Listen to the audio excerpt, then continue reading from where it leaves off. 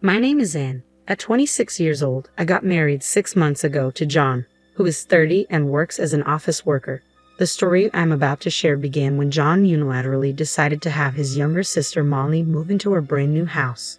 This house, worth $45,000, was built for us as newlyweds. Ever since our engagement, John and I have been discussing the layout and choosing the furniture, planning to move in immediately after the wedding. When John's belongings arrived, I was surprised by the sheer volume. I asked him, "John, will this all fit in the house? Don't you think you have too much?" John nonchalantly replied, "Ha! Didn't I mention Molly is moving in with us?" I was taken aback. "Molly is moving in with us? Why, we're newlyweds," I challenged. "What's the big deal? Molly is family to you too, and there's no problem with us living together. She wants to live in the new house," he responded. I protested, upset that there had been no discussion about this. John ignored me and continued unpacking his stuff. Eventually, he started shouting, "If you don't like it, you can leave. I'd already decided to have Molly here, so quit your complaints." Clearly unconvinced, I told him I'd call my brother. Fearing my brother, John quickly changed his tune. "Wait, don't call him. Molly isn't staying here forever. She just needs a place until she finds a job and a house. Can you please understand?" Reluctantly, I agreed. "Can Molly use the guest room, right?" I suggested. John made a dubious face and mumbled, "Ah, yeah," though he didn't seem convinced. I moved Molly's things into the guest room. After a hectic day of unpacking, we had completed more than half of it. We were having a toast to celebrate our move when the doorbell rang. It was already past 9 p.m., so I thought of ignoring it, but John hurriedly went to the front door, unlocked it, and let the visitor in. I was shocked as I was already dressed for bed. From the kitchen, John called out, "Hey Anne, Molly's here." Annoyed, I returned to the living room. "Welcome, Molly. What brings you here so late?" I asked, trying to hide my irritation. Molly retorted, "Can't I come home whenever I want? Now, where's my spacious room? Show me around, big bro." She flung open doors looking for another room on the second floor. "Here it is. This is the room for me, right, big bro?" I had a bad feeling and followed her upstairs. Molly was claiming my workroom as hers. I couldn't help raising my voice. "This is my workroom. It can't be your room." John suggested, "Why not make this Molly's room?" "No way," I insisted. I then suggested the room next to it, intended for John's hobby workroom. He panicked. "Not that room. I've been looking forward to using it. I chose the wallpaper and everything." "No way."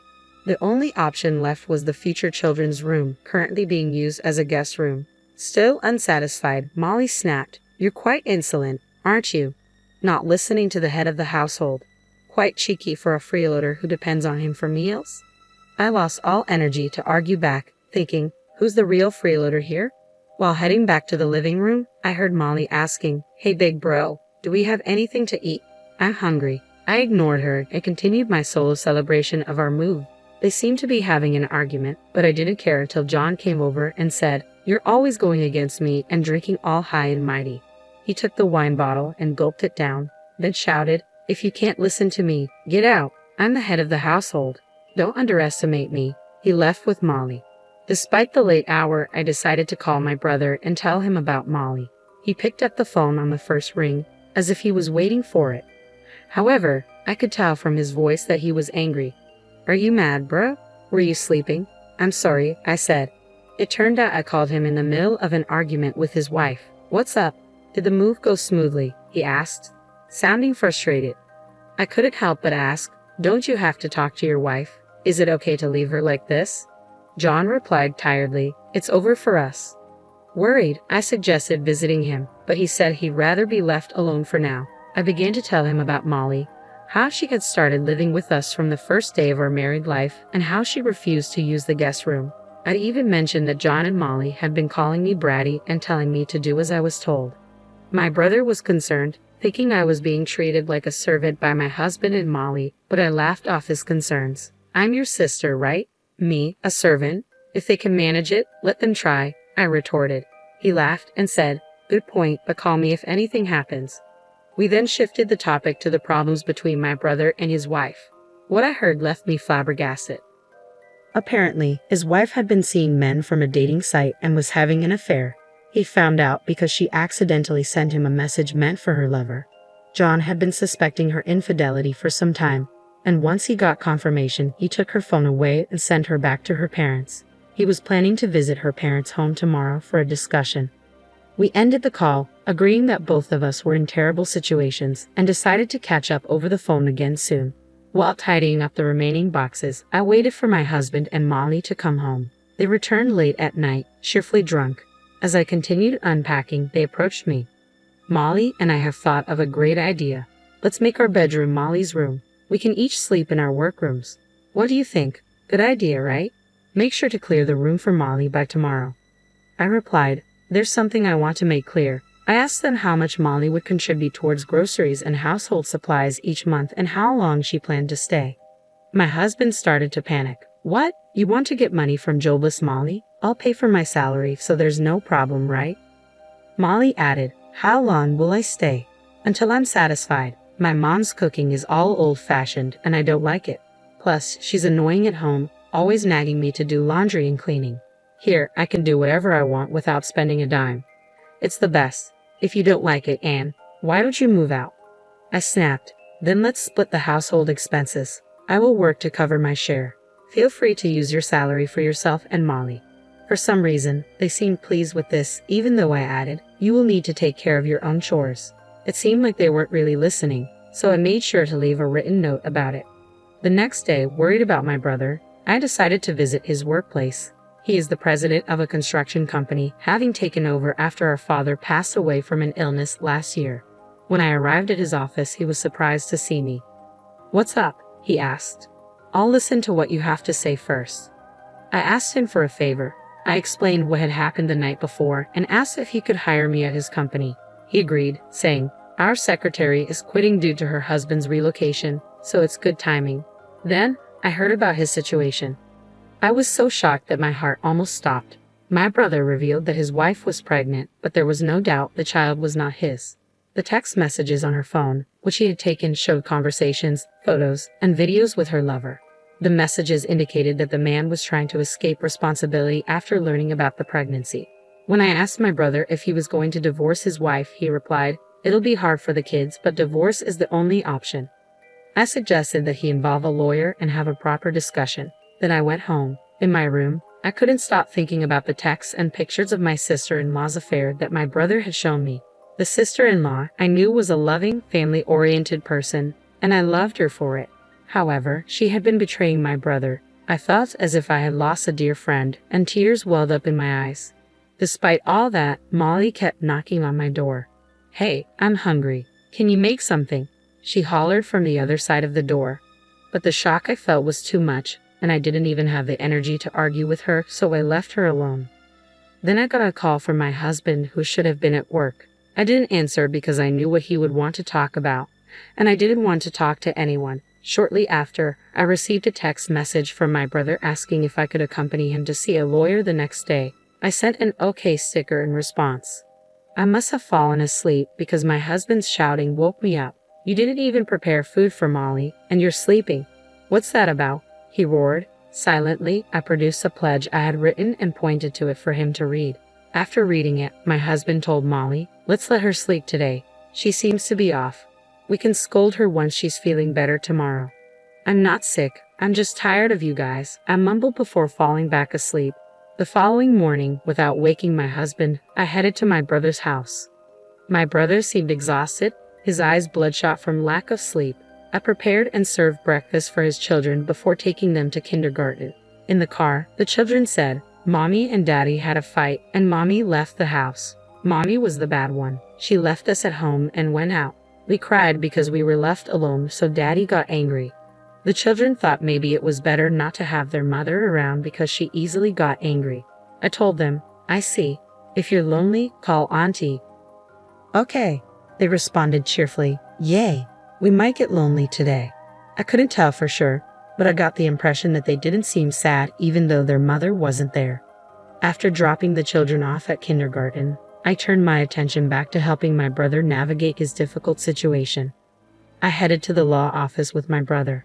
The lawyer told us that there was ample evidence from the pictures and videos on my sister-in-law's smartphone, LIME messages, and recorded conversations between her and my brother. My brother's main goal was to divorce her and retain parental rights. After he finished explaining his situation, I had a chance to share about my issues with my husband. I got some advice, and then my brother dropped me off at home. He was planning to gather the rest of the family today to inform them about the divorce. "If anything happens, give us a call. We're all going to be there," he said as he left, his words feeling somewhat prophetic. When I entered the living room, the house was a mess. It looked like they had tried to make breakfast. The kitchen area was greasy and dishes were left on the table. I was exasperated by the sight and hesitated to clean up the kitchen and cooking utensils that I also use. Just then, Molly appeared. "Where did you go without even making breakfast?" "John didn't eat anything and went to work." "Isn't it unacceptable to abandon household chores as a wife?" she confronted me. I responded, "You know what, I'm not your maid or servant. Weren't you taught to clean up after yourself since you were a child?" Ignoring her repetitive, "But you're the wife," I headed to my room. To my shock, my belongings were gone, and Molly's stuff had invaded my space. I returned to the living room and questioned her. "Did you enter my room? Your stuff is in there. What's going on?" "Oh, I've loved your room since I first saw it. It fits my neat and cute image perfectly, don't you think? I've moved your stuff into the guest room," she replied nonchalantly. Hearing this, I rushed to the guest room. My computer and belongings had been haphazardly thrown in. I felt anger sparking. It was way beyond what I could tolerate. At that moment, I felt a strong desire for revenge. I will never forgive this girl, I decided. I planned to wait for my husband John to come home, show him the terrible state of our house, and then ask him, "Do you still want to live here with Molly?" I prepared for all possible outcomes. John, who seemed to have gotten a call from Molly, came home earlier than usual. I heard his loud footsteps approaching the guest room where I was. Seeing him come straight to the guest room, I was convinced he already knew Molly had taken over my room and he wouldn't be on my side. When he opened the door and stepped in, looking like a madman, Molly was right beside him with a thin smile on her face. "You apparently went against Molly. You're the one at fault here. Not even making breakfast. Aren't you my wife? Isn't it your job to take care of me? Molly is your sister-in-law. You should be taking care of her and putting up with her," he shouted. At that moment, I realized exactly how things were going to be. I felt every shred of love I had for my husband disappear. He hadn't said one word to defend me, no mention of Molly being in the wrong, asking her to leave, having her do household chores, or giving me my room back. I told him, "If you're going to let Molly live here, I'm going to invite my brother over. He's never seen our house before. Maybe I should call him over now." Despite his usual fear of my brother, John acted quite bold in front of his sister Molly. "Are you sure about that? If you let that thug into our house, I'll kick you out," he threatened with a confident look. "Kick me out? Try if you can. I'll call my mother and brother and his wife and have them see the house." I shot back. Thinking I would beg and cry at his threat of kicking me out, he retorted, "Do not dare call your family. If you don't like it, then leave." Molly chimed in, "This is my castle with John, you know. You have no right to call anyone here. Even if your family comes, we'll just kick them out." In response, I picked up my phone and said, "I'll call my brother then. Maybe we should live together without you and your family. We can invite our friends over and party without worrying about anything." As Molly said this, she and John seemed excited about the prospect of me leaving, with John adding, "That sounds fun. Maybe we should just get divorced already." Increasingly irritated, I decided to call my family over right then and there while John and Molly were still high-spirited. They were overjoyed, thinking about the freedom they'd have without me and filled with thoughts of kicking me out. "All right, but you'll regret this. I'm calling my family now," I said. I called my brother and told my family to come as soon as they could. My brother responded, "We've been waiting for this. We're on our way." I figured he must have sensed that I would call him, and I was moved by his foresight. My family arrived within about 30 minutes. Molly, who had threatened to kick out my family when they first arrived, turned pale upon seeing my brother. "Oh, Molly," he said sternly. "I thought you were going to kick out my family when they arrived," I said to Molly, who could only shake her head in response. Seeing her fear, John also shrunk back, no longer as bold without his allies' support. My brother had been practicing judo since he was a kid. Until he injured his knee in college, he had been a regular at national competitions. Standing over 6 feet tall with a buzz cut, he was an intimidating figure. He now coached at a local boys' club. My younger brother, also a judo practitioner, looked just like him. Molly seemed to have forgotten meeting them at the wedding ceremony, despite their memorable appearances. Who's getting kicked out? My elder brother laughed. Isn't it you guys who are leaving? Gathering her courage, Molly retorted, yeah, my brother is divorcing his useless wife. Now, please leave. What? You guys are the ones leaving, aren't you? This is Anne's house, built with her share of her father's inheritance in Anne's name, my younger brother retorted. My mother, tidying up in the kitchen, remarked, oh dear, what a mess. She then called out, don't drag out the conversation. Get to the point already. The brothers obediently replied, okay, and turned to me, instructing, there's another person coming. Let them in when they arrive, while gesturing for John and Molly to sit down. We have 2 matters to discuss today. The first is that we need you to leave, my elder brother told my husband and Molly. When Molly asked, brother, is it true that this is Anne's house? John hesitated. Well, I was talking to the contractors about the interior and stuff, so I thought it was my house. But maybe it's not. But I'm the head of the household, right? He had assumed it was his house simply because he considered himself the head of the household without thinking about where the money came from. You know that being the head of the household and being the owner of the house are 2 different things, right? My brother responded. John fell silent, but Molly retorted, I won't leave. Do you know about residency rights? I have the right, so I won't leave. If you don't want us here, you leave, glaring at me. You seem to have researched this thoroughly, but this isn't a rental property. You're not paying Anne any rent, are you? So residency rights don't apply here. My brother explained. John, trying to resist, said, but I'm married to Anne, right? I can't leave. I won't separate. Just then, the doorbell rang. The guest my brothers had mentioned had probably arrived. When I opened the front door, my sister-in-law, my older brother's wife, stood there crying. I let her into the house. I asked my brother, your wife is here with your kid. What should we do with them? My mother suggested taking the child to a room upstairs. After showing her to the room, I let my sister-in-law into the house. John was shocked when he saw her. How did you find out where we live? I'll explain everything properly, so please go home for today, he said, acting suspiciously.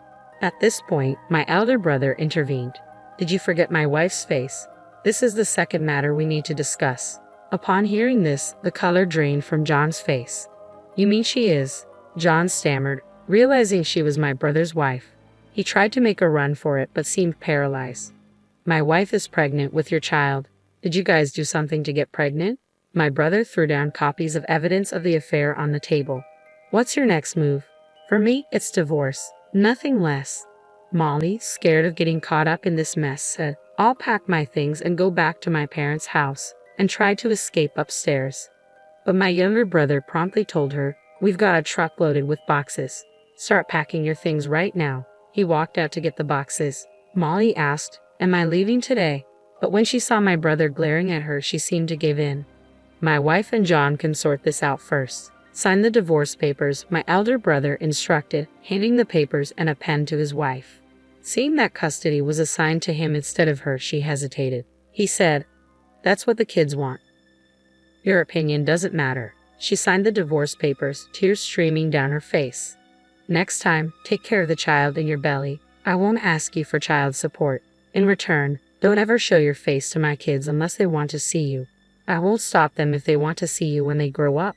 Hearing this, she apologized to my brother on her knees. I noticed the tears welling up in my brother's eyes. I realized how hard it had been for him. Next, it was my turn. So, Anne, what are you going to do? My brother asked. I choose divorce too. I want him out of my house as soon as possible, I replied.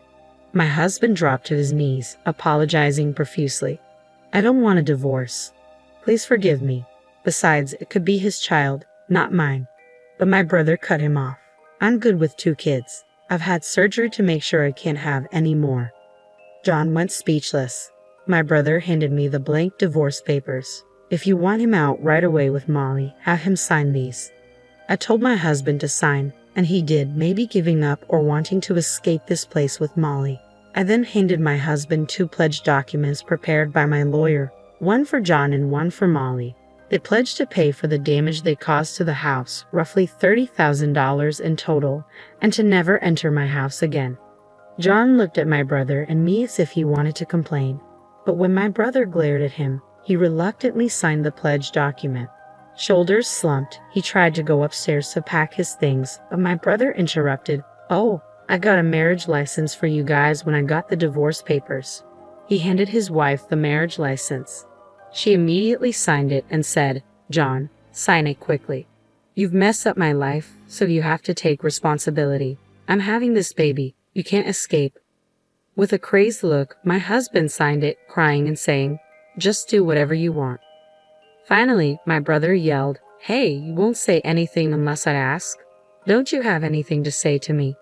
My husband finally apologized to my brother, almost scraping his head on the floor. After that, we all hastily packed my husband's and Molly's belongings into boxes, loaded them onto the truck that had arrived, and took them to their parents' house. With that, my brief married life came to an end. I thought I would live alone in this big house, but my mother offered to sell her house and move in with my younger brother. It seems my older brother, too, is going to sell this house and move in with his 3 children. My mother and brother are going to buy this house for me with the money they got from selling their houses, telling me, "Why not build a new house when you get married next time?" But I keep saying I'm good with an apartment. We got a dog that the kids had always wanted. Although we had some bad memories in this house, we are now living a life full of laughter and happiness. My ex-husband reportedly married my ex-sister-in-law half a year later and is living with her at his parents' house. He seems to be working day and night to pay for the damage to the house. Molly treated her new sister-in-law like a maid. The sister-in-law lost her mental balance, and Molly's mother couldn't stand to see her like that and kicked Molly out of the house. Molly asked my ex-husband for help, but he blamed her, saying, "If you hadn't moved in, we'd still be living in that mansion." Molly ended up isolated with no one on her side.